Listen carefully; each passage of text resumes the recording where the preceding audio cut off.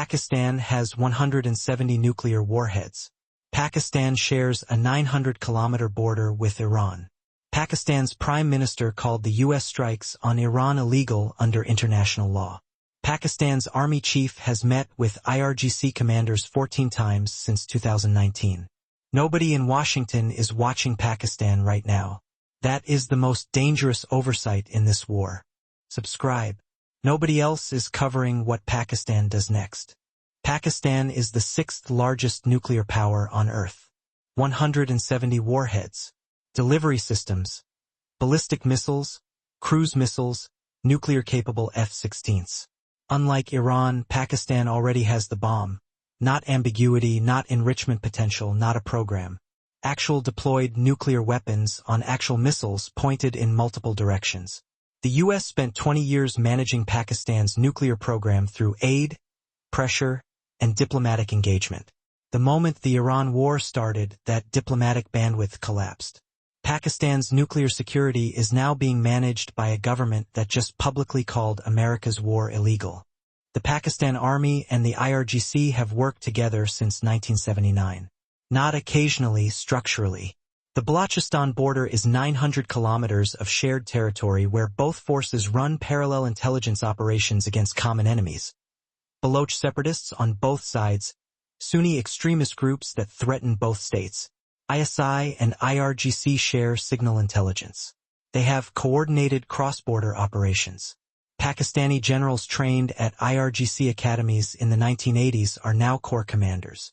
The institutional relationship between Pakistan's military and Iran's military is deeper than any U.S.-Pakistan relationship that exists today.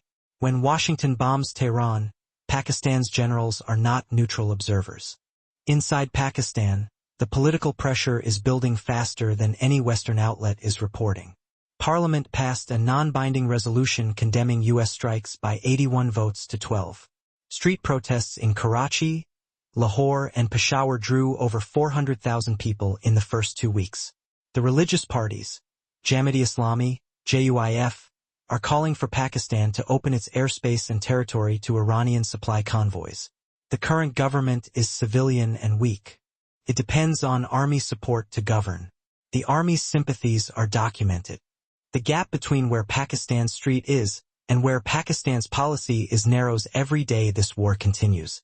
The scenario Washington is not planning for. Iran's regime begins to crack. Not collapse, crack. The IRGC splinters. Regional governors stop following central orders.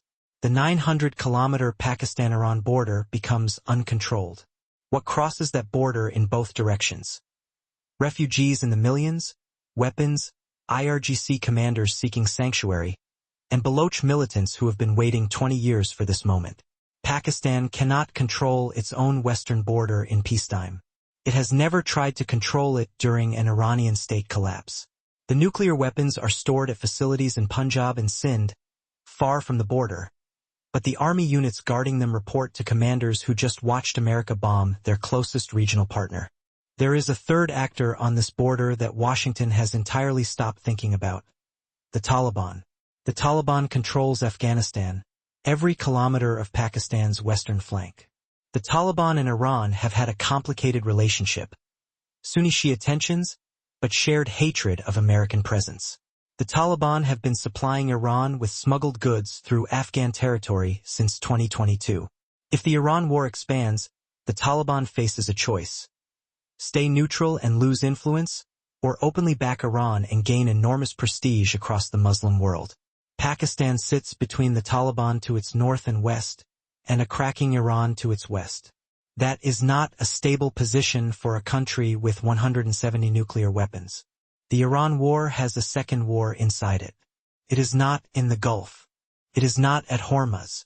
It is in Islamabad, in Rawalpindi, in the offices of the Pakistan Army's General Headquarters. 170 nuclear weapons. An army with 45 years of ties to the IRGC. A street that is 400,000 people angry. A Taliban on the western border taking notes. And a U.S. diplomatic corps that has zero bandwidth left to manage any of it. Washington is watching the Gulf. The thing that ends the world is not in the Gulf. Subscribe. Drop below. Is Pakistan the real wild